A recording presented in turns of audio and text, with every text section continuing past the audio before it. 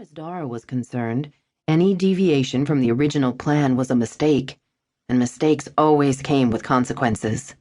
Still, she always made allowances for the unexpected, just in case. Getting out alive wouldn't be the hard part. Getting in had been the hard part. Dara lowered her head even further, painfully aware that she was one of very few women left in the streets. The rest had gathered up their children and sought the scant safety that their meager dwellings offered. Dara picked up her pace, trying to slide through the crowd without drawing attention to herself. She couldn't afford to stand out in this neighborhood. She was surrounded by people whose lives had been torn apart 4 times over, first by invasion, then by sectarian violence, then by flight from their homeland, and now by the impoverished limbo of their refugee status. And there was no one they blamed more than the U.S. government. Had anyone guessed who Dara was, who she represented, she would have been torn apart by the angry mob. She wasn't frightened so much as she was just aware. The danger was simply a fact, a variable, to be recognized and respected. Finally, she recognized the makeshift storefront from the satellite imagery. Her target. The front door was locked, but she had expected that.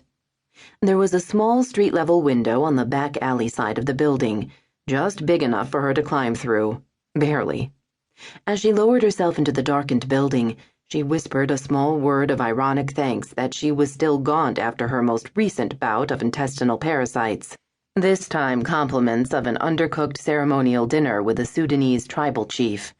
Ah, giardia. The gift that keeps on giving. 5 pounds heavier, and she wouldn't have fit. She relaxed as her eyes adjusted to the darkness.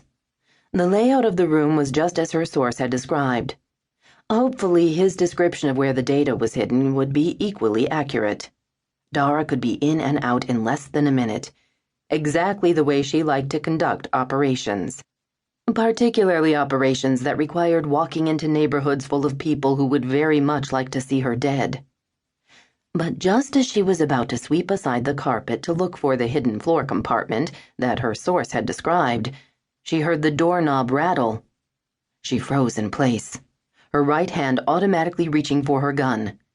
She hoped that the flimsy lock would deter whoever it was, since there was nowhere to hide in the small room. No such luck.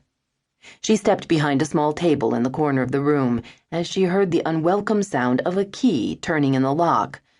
It wasn't big enough to hide behind, but at least it offered a margin of cover.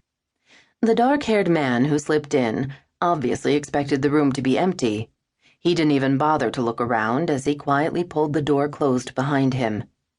His eyes were still adjusting to the dim light when Dara spoke, and he whirled around when he heard her voice. "You had a goddamn key?" His hand jumped for his weapon, but he stopped himself as Dara yanked the veil off of her head. He at least had the courtesy to look embarrassed as he recognized her. Dara's eyes narrowed as she stared at Tariq Bataina, the very same officer from Jordan's General Intelligence Directorate who had ordered her to stand down on all operations in Iraqi refugee sectors.